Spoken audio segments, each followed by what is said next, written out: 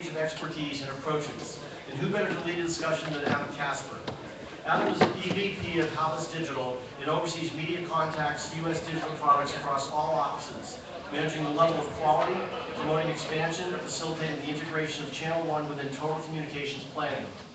Adam has been Group Account Director on Media Contacts business for Goodyear, Tyson Foods, Amtrak, and Royal Caribbean, responsible for setting the strategic vision and directing day-to-day operations for each of these accounts. Please join me in welcoming Adam and Kel. Thanks, everyone. Quickly, let's just run down the line so everyone can get a chance to introduce themselves. Tony, you want to start out? Yeah, hi, I'm Tony Calzaretta, Creative Director of Pandora. Hey, I'm Craig Elimeliah. I am VP Director of Technology and Digital Solutions for RAPP. I'm Chad Gallagher, Director of Mobile at Advertising.com. Jeff Ulrich, Senior Manager of Innovation at United Airlines. And Jeremy Wacksman, VP of Marketing and Mobile at Zillow. Great, thanks guys. So, I want to kick off by saying noting the fact that this week marks the one-year anniversary of the passing of Steve Jobs, and obviously Steve Jobs has had quite an impact on the mobile industry and probably our lives overall.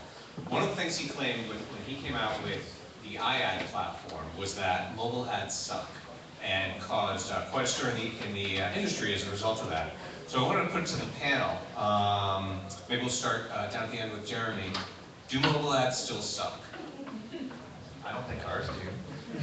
I think they're evolving. I think that comment was probably more around traditional untargeted repackaging of desktop ads for the mobile platform, and I think that process is still in process. I think if you look at our platform as an example, we've come up with an ad unit, at least for our category, that's seen much more as content to the user as opposed to an ad. It fits nicely in our app, and as a result, that ad is actually more performant than our desktop ads. So our mobile kind of contact formats, we have a 3x conversion rate on mobile versus desktop, and that's the user showing that ad is sort of more relevant to them on a smartphone than it is on a desktop.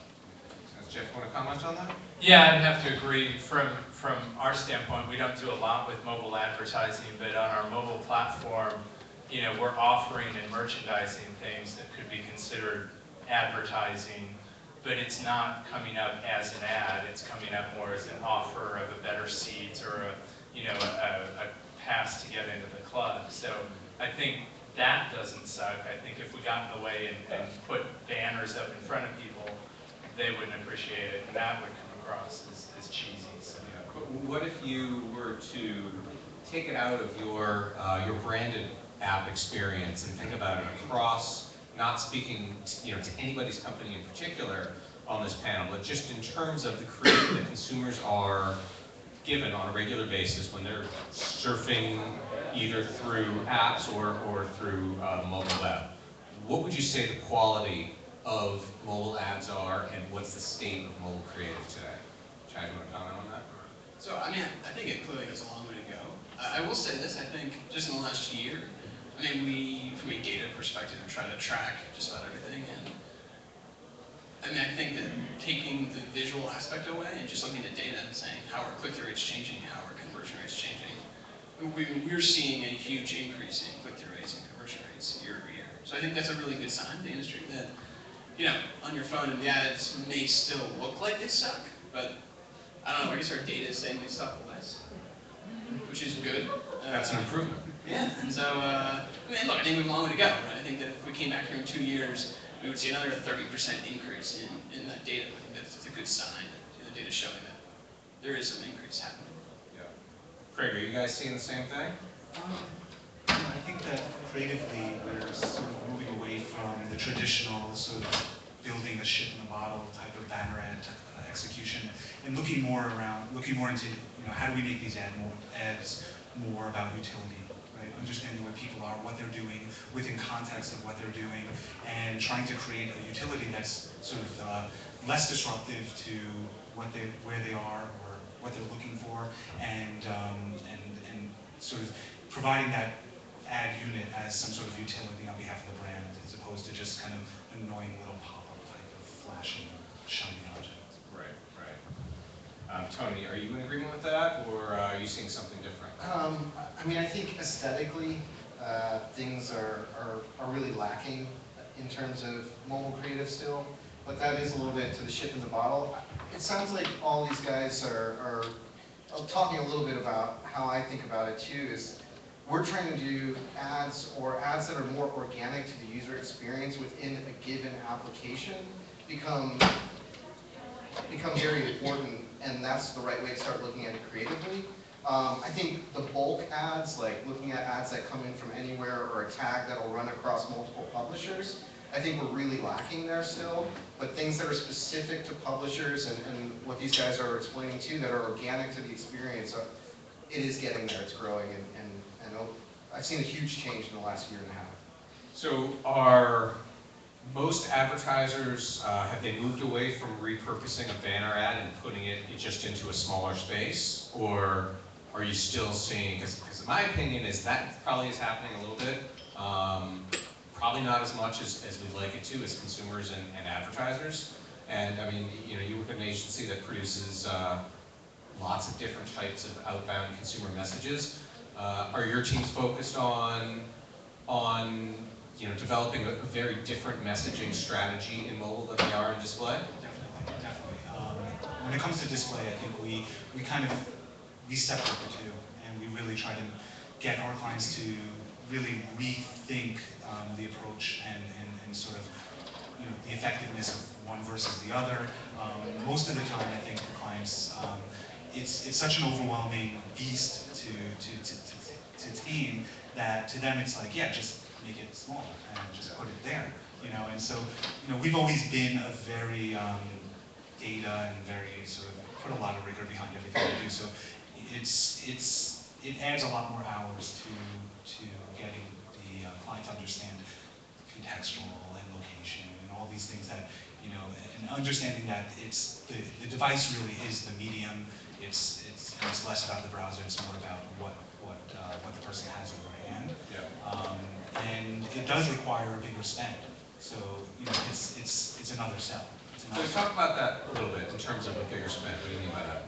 Because when you're building a utility, you're not just taking a GIF and slapping it on the screen. So you have to really think about where are these ads going to live, and we work with our sister media companies and thinking about where they're going to live and how they're going to benefit the end user, the consumer, in order for them to at least say like, yeah, this is an okay experience. This is not really taking me away from whatever it is I'm doing outdoors. So in order to do that, you really have to put together a separate scope of, like this has to, locate where the person is and then either push them a coupon or offer them something that is useful to what they're doing at the time. And requires it's a build. So for them it's an additional spending, has to be justified. But I think we're definitely getting there.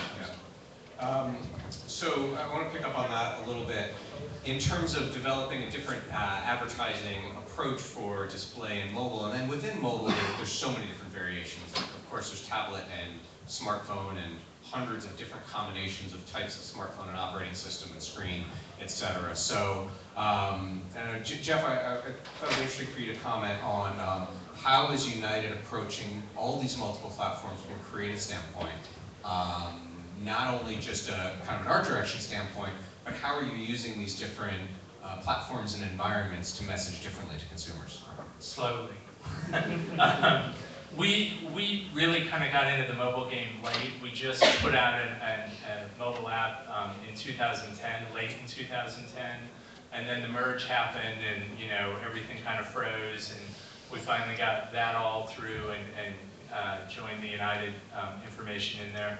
We haven't really gone deep into advertising or anything. Our primary focus has been operational on our app, so really we have to get that right first or people aren't going to use it. And now slowly we've built around that, and now I think you're going to start to see more merchandising and things. And it's a challenge constantly because there's new devices coming out every day. I mean, now we're talking about an iPad mini, so that's going to have a whole different screen.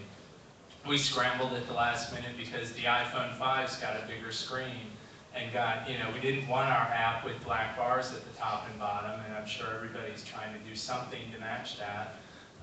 So, you know, you just never know from day to day what's coming out. Yeah, I mean, and I think that's an interesting point, right? We talk about making the creative more native, and here we have, I mean, what we are seeing, the biggest problem is, you know, clients who don't have an optimized site, right? Or don't even have creative that may work on a smartphone, may not have the creative side. So, you know, I mean, from our perspective, oftentimes we need to take a step back, and before we start talking to clients about native creative, let's make sure you have an optimized site that someone can perform you know, whatever is the action that someone's trying to get. You know, if you're not even sure someone can book a flight on your site, right? And I'm sure, you know, obviously they're there, but we have tons of clients who aren't even there yet. You know, we're still having those kinds of discussions before we even talk about you know, making a native creative. I mean, from the publisher perspective too, I mean, I couldn't agree more. I mean, we run into that all the time. It's just, there's nowhere to click through to. And it's like, if you can't click through to something, what are you going to do with the banner? And then on top of that too, it's like the sort of state of devices, like a pixel is no longer a pixel anymore. With high-res displays, retina displays, you have to talk about optimizing your creative to look good on there. And we're starting to see, at least in our app, that there's a huge discrepancy, and we want to uphold how well the app looks itself, and part of that is advertising. And so it becomes difficult to manage all those things given the sort of turnaround times that we all know in the creative and advertising world we have to work with. And then when you talk about running that creative across multiple platforms, web, mobile, and tablet, and then trying to build unique creatives to maximize the screen real estate on all those devices, like it's really challenging. Yeah, I mean, I would echo that point from our side. I mean, to your point, we've been evolving mobile at Zillow. Mobile at first was just devices, and devices included tablet and web. From a product standpoint, we started to think about it differently, and so now we have different products and innovative experiences for tablet, which is really iPad. But for ads to come in and for advertiser experiences to come in and follow that, you know, Chad, to your point, you have to get to mobile, you know, status quo first and mobile-based on before you can then start to say, well, here's my tablet experience and here's my iPhone experience. So I think it'll come, but I think it's gonna, you know, it'll have to follow publishers providing the experiences, and then publishers being able to fill out sort of value after the advertising. And I think that, you know, what's happening right now is that people really need to understand the true meaning of responsive design, and understanding that responsive design really isn't just about, you know, pixels moving as the browser moves, but actually responsive information hierarchy, and understanding that, you know, we know what you're looking at. We know the device you're on. So why should we serve up the most optimized experience? And, you know, we even think about advertising. You know, ads should be responsive as well.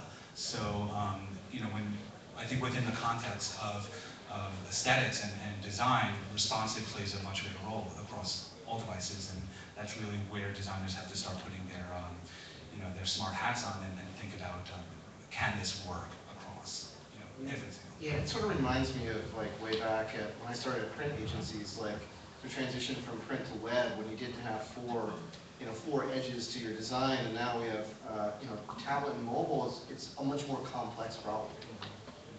That's a great point. I mean, it seems like you guys are saying there's kind of two things going on in mobile. One is you know, and that's most critical, is developing a native experience that utilizes the technology that the phone has, that you have in your hand, and then there's the outbound marketing side of it that you know, that would be considered advertising, for lack of a better word. It might be banners, it might be video, and that kind of thing. So it leads me to a question that I've been thinking about: is the use of mobile advertising effective in and of itself, or is it just a gateway to a larger experience? Is it just something you want to put out there to get somebody to do something else? Or can the ad itself, let's talk about that little tiny 2-inch ad at the bottom of the iPhone or your Android device, can that ad be effective on its own?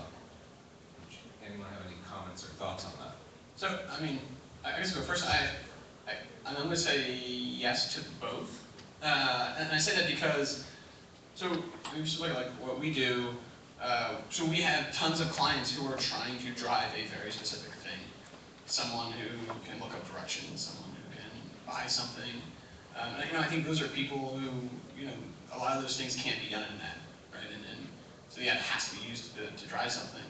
But I'll say, if you look at what Pictel is doing, just in the last couple of months, making their ads now the same assets that can be used on desktop can be used on mobile.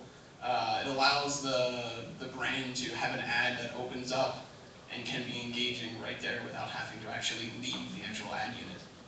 And I think that, I mean, that's pretty powerful, especially when you look at these are being assets that can be used across all platforms. So you don't have the operations side of trying to create a mobile unit only, but you also have a unit here that works just on the smartphone. I think that, this is probably the direction we're going to see things go. Yeah, I think it's pretty interesting. Any other thoughts on that one? No? Okay. So, in general, and actually, Chad, I want to comment on something you said earlier. You said you saw an increase in the click-through rate and conversion that you're seeing from mobile ads. First question I want to ask about that is, collectively, are you guys seeing that as still the key metric that that clients and/or agencies are looking at as an indicator of success? And if not, what is? And then follow-up question to that, if you can remember all this, is have you found that in general, do those metrics work better or perform better in mobile than in PC-based campaigns, or is the opposite true? That was a big question. So I think, yes, I do think that click-through rate and conversion rate are the two metrics that we see the most.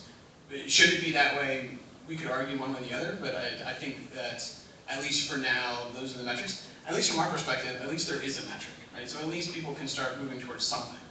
And then second, I think that we have a lot of clients who are very hesitant to spend in mobile. What we really push them to do is say, hey, look, at least try it. And start running in mobile, track something, see how it does. I mean, I would say half of the clients who try it are shocked that they're seeing better performance than what they see on desktop. I mean, I think, a huge auto advertiser who didn't even want to spend in mobile started spending in mobile and was seeing better KPIs than what they were seeing on desktop. I think that was a huge light bulb that went off, both with the client and with our company, is saying, wow, that's when the medium's starting to get really interesting, when you see someone who doesn't want to be there and they finally are there and they realize, they have to be there. They're seeing better results. So I think it's a good sign of where things are going. Jeremy, you guys probably see a lot of data on cross-device usage. How do you see mobile ads performing versus display ads? Sure. I think to echo Chad's comment, it depends. To answer your question on sort of is CTR the right measure. I mean, with the ad unit that we have that crosses both platforms, we see a higher click-through rate of consumers engaging with that ad on mobile than we do on desktop. So that's a good proxy to echo your points that it can be a more engaging ad. But the flip side of that is mobile has the promise to deliver much better on CPA or cost per action than any other platform did. I mean, click to call, right? Store visits, right? I mean, closing that loop on conversion that can be done if you use the phone and the capabilities of the phone. I think that can be done. Now, doing that at broad scale across all of advertising.com is a lot harder than doing that in a vertical network. But I think that promise is there. We're already starting to see examples of people getting that closed loop sort of cost per action going. I think Pandora has a unique sort of ability to look at sort of the click-through rate a little bit differently, which I've seen a shift in the last year, is going back to sort of this, why is the user on a given app, and then providing them with advertising that may be organic to their experience. We have a product that allows brands to pair, allows them to launch a branded radio, what we call branded radio station. So a station that then the advertiser can sponsor and the user spends time with. And then once the user is in that station, we have the ability to deliver not only audio ads, but display ads. So one of our clients had a very successful campaign. We had over 2 million people at a station. We had almost 900,000 hours spent listening across our audience. And light bulbs started going off for them that they're getting value and time spent with their brand organically through why users are on Pandora, which is listening. And I think it's really important. It's sort of definitely changed my perspective when we're talking to agencies and advertisers about bringing special experiences around music to brands. Yeah, I think that's a really good point. Understanding why people are on mobile is what you have to ask yourself before you even think about spending the time on advertising. You know, I once gave a client an analogy where we were walking down the street and I opened up a Wi-Fi signal, and there was like 300 different Wi-Fi, available Wi-Fi connections. So I turned to the guy and I was like, hey, would you like to be on one of these?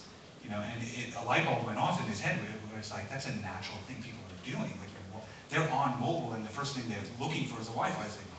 You know, so like, once you start exploring, you know, why the user's there and what they're doing, you know, it may not make sense to advertise on mobile if you're not a company that, you know, if you're looking to buy a new, you know, kitchen, you're probably not going to be, you know, looking at something, an ad like that is not going to be very attractive to you when you're walking down Fifth What about buying Avenue. a house? Well, that would be much more. Obviously, you're walking through a neighborhood, it would be great to see a bunch of houses pop up. That would, you know, that would be interesting to you. But, you know, if you study what people are doing on mobile and why they're on it at the time, I think that's where, you know, that's the first place to start in making a decision on, is this going to be an effective ad or not? And it's almost finding ways to sort of advertise without them knowing you're advertising. I mean, it's kind of, you know, what do you think TV does all the time with all the product placements and things lately that, you know, it's advertising without us really realizing they're advertising to us, but we see an ad on Mac or something on TV and we know darn well somebody paid to get that on there, or, you know, had somebody do something. It's the same sort of thing on mobile. I just don't want to know that it's an ad. So I've got two statements I'm going to make, and I want to ask you guys which one you agree with. Statement A is, a mobile ad measures less than 2 inches across the screen and thus is challenged to be an effective marketing tool. Statement B is, a mobile ad represents a larger portion of the screen than an online ad, so it has a better chance of being effective. Which one do you guys agree with? Jeremy, you're going to have to answer. Statement B if the ad's done well, right? I mean, statement B basically says a mobile ad has an opportunity to engage the consumer much more deeply if it's the right ad for the right content, right? Statement A is an indication of an untargeted mobile ad that isn't relevant to the app you're in or the website you're in is just wasting more space. So I think it's absolutely statement B, but the ads have to be engaging and relevant and contextually relevant. Yep. Totally B. Same reasons. I mean, those devices have become so personal and people have gotten so tied that everything is about them on it that, you know, as long as you're presenting something relevant, they're going to go for it. Yeah, so I mean, I'm going to say B too. I'm going to take a little more of the engineering approach. I think the creative is super important, right? But you know, I definitely think the optimization is the part of this that is just as important. And I think that mobile optimization has been pretty crappy. And I think that it's finally starting to get better. And I think that optimization also makes the ad itself actually better and perform better. And makes it, you know, overall, all the metrics are going a lot better when both those things kind of come together. I would say B, but I would caveat with, you know, I mean, again, real estate screen size is so small, and you know, I love to use the word personal. It's this personal screen space that houses everything we do and all our communications, and you know, I think it's so much more personal than even the PC, where it's like, what the hell is this doing on my phone? I put this on my face, like, how could this, you know? And people really have that type of psychology. I think people really do believe that this is their device, and this is something that is highly personal, and when you invade that space, you know, in areas really just doesn't align with who's holding it. I think that, you know, it's just, it could be disastrous. They also have, I mean, they have a personal expectation. They also have a speed expectation. I mean, to Chad's point on user expectations, you can't click on an ad that doesn't load. So, I mean, it's great to have rich media, it's great to think about immersive experience, but people expect mobile to be faster, and they expect apps to be even faster. So, you know, from the engineering side, you need to make this thing efficient and quick to deliver so consumers can actually see it. Do consumers want an ad experience? I mean, are they annoyed at mobile ads? I feel like people complain about it a lot. And, you know, when I tell like my parents' friends what I do for a living, they're like, oh, there's pop-ups. You guys probably all hear the same thing. So are consumers just annoyed that they have to see advertising, or do you think that they're accepting of the fact that it's just part of what makes the world go round? I think consumers are annoyed with advertising. I think when it's done in a serendipitous way where, you know, you kind of surprise them with knowing where they are. You know, if you're at the Gap and all of a sudden you get pushed a coupon for 15% off, that's great.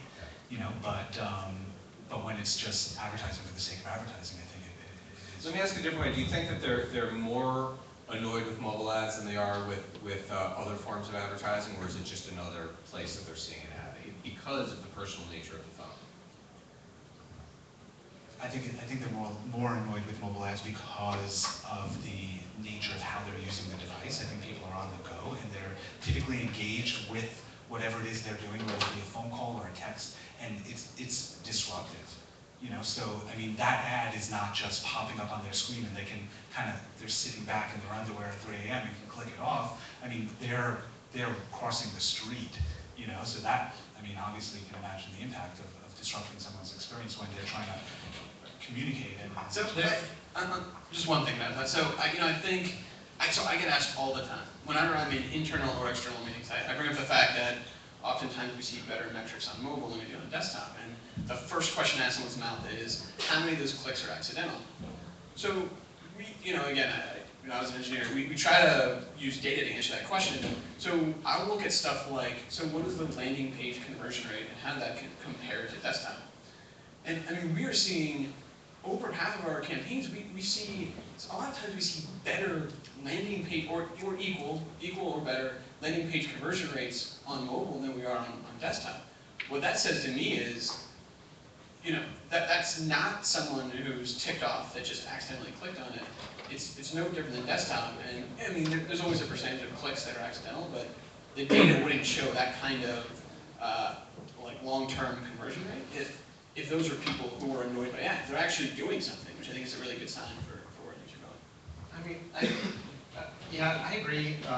I think we've tried to particularly take a look at this and gotten in some pretty heated debates internally just about the whole mistap. Is that a mistap?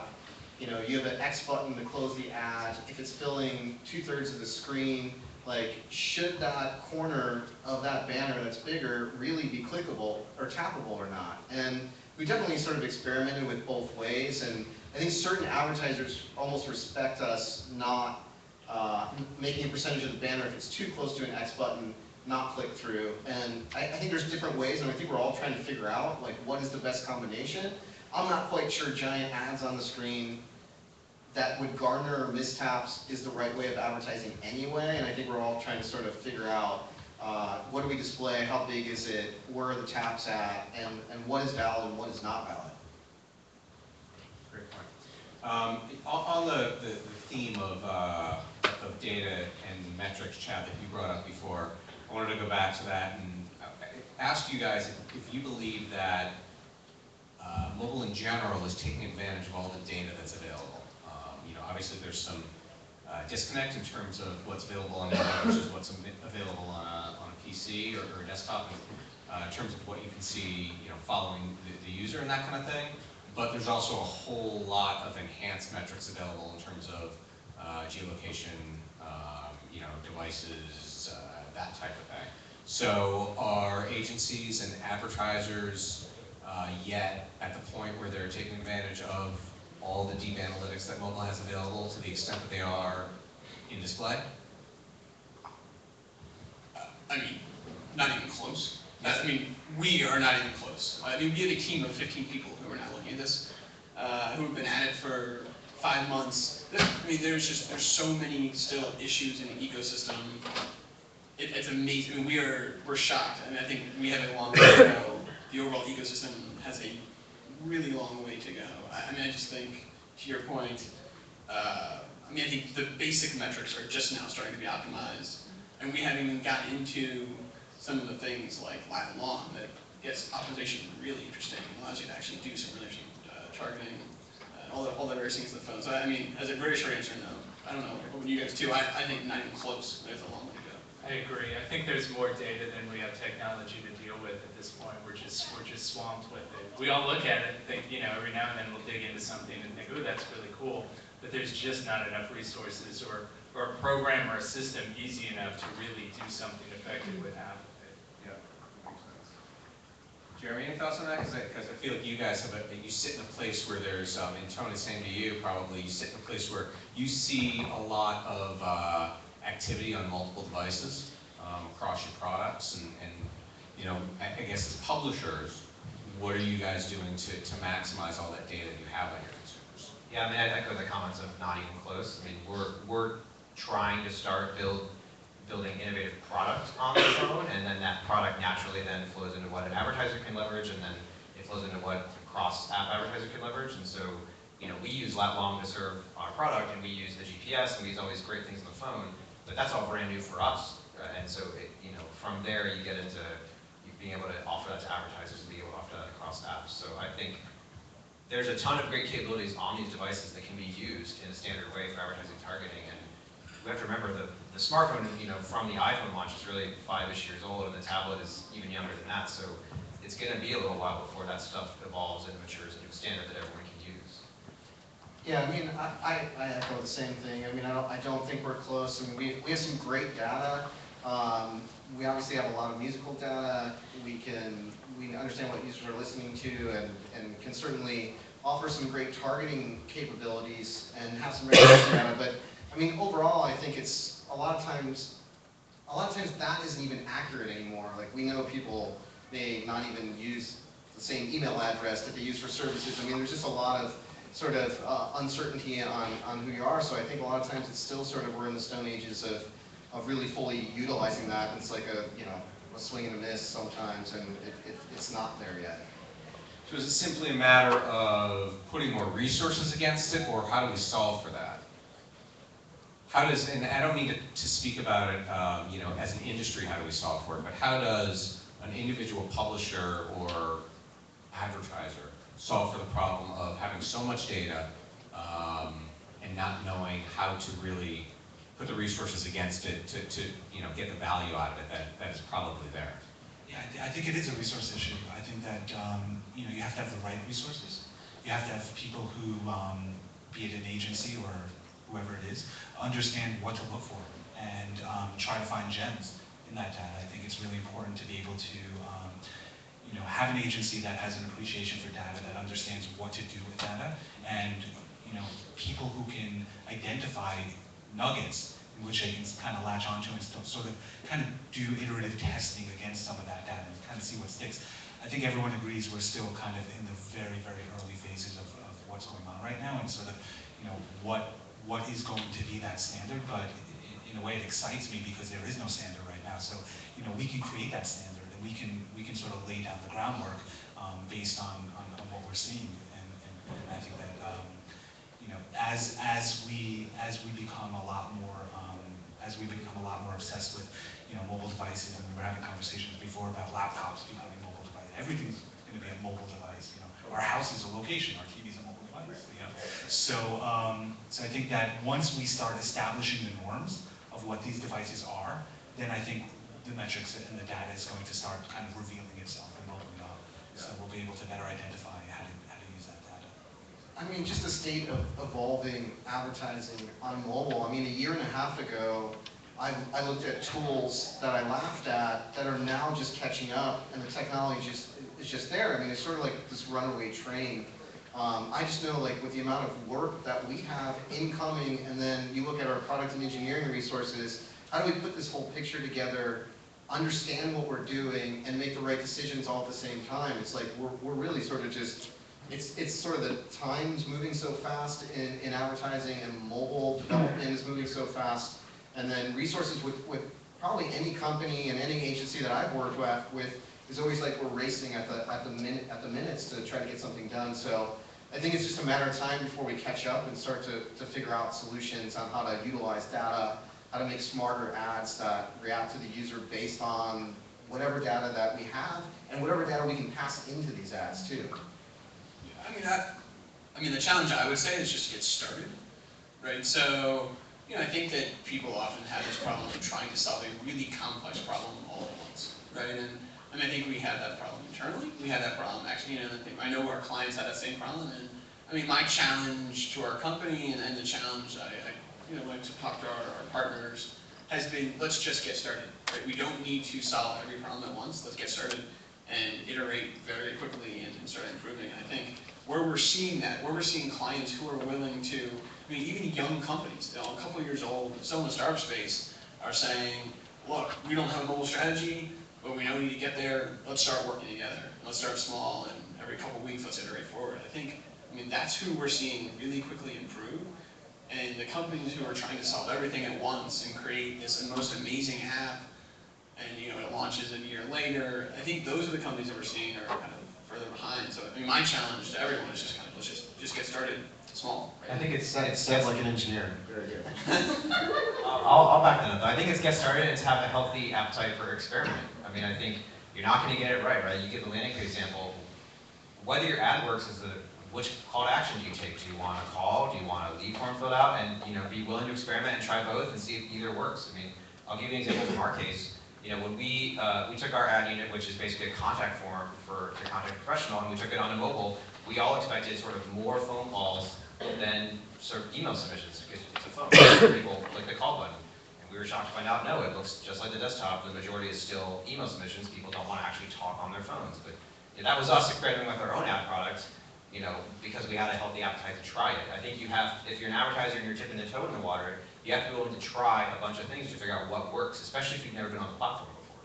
Yeah, it's funny, speaking of talking on the phones, I think Apple could have taken off the talk feature and left the maps on the comments.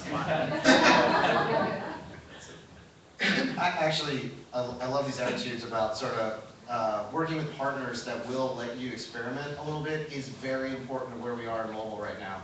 And understanding that you're not going to solve every problem, but releasing something and letting users consume it and play with it, watching metrics, taking all your learnings back, and then seeing how to do it better next time is like the cornerstone for us developing standards across mobile.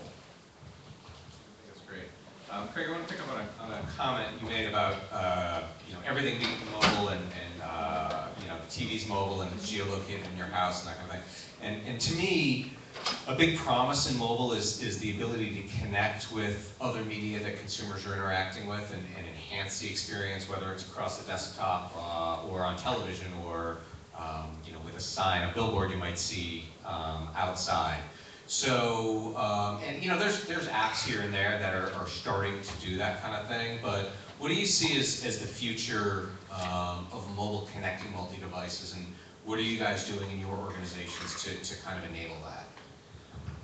Well, I think, right now second screen is probably, every other word, every advertiser in the industry is saying right now. Yeah. So, I think when we think of second screen, we're really thinking about how do we augment everything with mobile, right? So how do we augment this TV show? How do we use QR codes? How do we do all these different things when what we're missing is that people are doing it anyway. Like Twitter is the ultimate second screen platform, and everyone's trying to spend tons of money creating these second screen experiences when, everyone's talking about those TV shows or those ads or whatever it is on Twitter, right? People are taking pictures of ads on Instagram. Why are you creating another app to do something else? Just complicating things. Exactly, really just complicating things, and by adding more things to the mixer, you're confusing people. I think when you leverage platforms that people are already using to connect with all of these other things, and you sort of lead by example and show how you can connect these things, you're gonna get a lot more traction than you will if you build a proprietary application that is like a one-to-one connection type thing. Great point. Great point. So I think we've got time for a couple of questions from the audience. Stand by.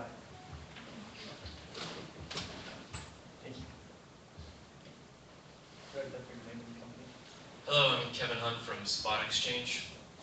I'm curious about your discussion today has been a lot about display on mobile, but what about mobile video advertising? And how does that compare to a display advertisement on a mobile device? Are you guys moving forward with that? Are consumers consuming that in a good way? Is the creative in a place that can be extended to mobile easily? It's interesting. People connect, at least right now, people connect video with bandwidth. And I think that when you are watching a video in the back of your mind, at least the average user, in the back of their mind, their bill is kind of going up, or their data plan is going up. So you really have to be respectful of that, and you have to understand that, if you're going to throw something in front of somebody, their mindset is, I'm actually spending money looking at this thing you're trying to show me. And when you start thinking at it from that point of view, you really start well, this may agitate, as good as the creative may be, it may actually agitate the person because they don't want to spend money looking at this thing. So I think it's still very early to tell, and it's really, it's still very primitive in terms of how people think about their devices and how they pay for their devices with the media they put in front of them. I couldn't agree more. The only time that I'm seeing it somewhat pay off, but it's very slim, it's the select creatives. It's, again, because Pandora has a unique opportunity to deliver audio, display, and video. So when you get an advertiser that wants to tell a story across multiple mediums, it can work, but I couldn't agree more with all those points. I think demand higher than supply is how I would look at it, just from a marketplace perspective. It also feels like it's maybe about